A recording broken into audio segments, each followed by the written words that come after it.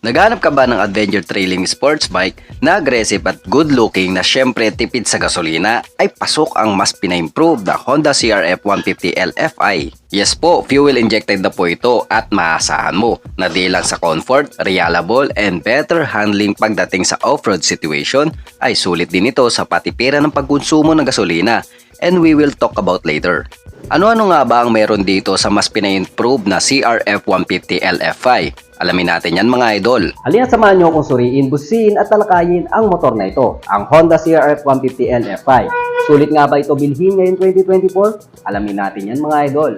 Welcome to Haji Moto Vlogs, let's go!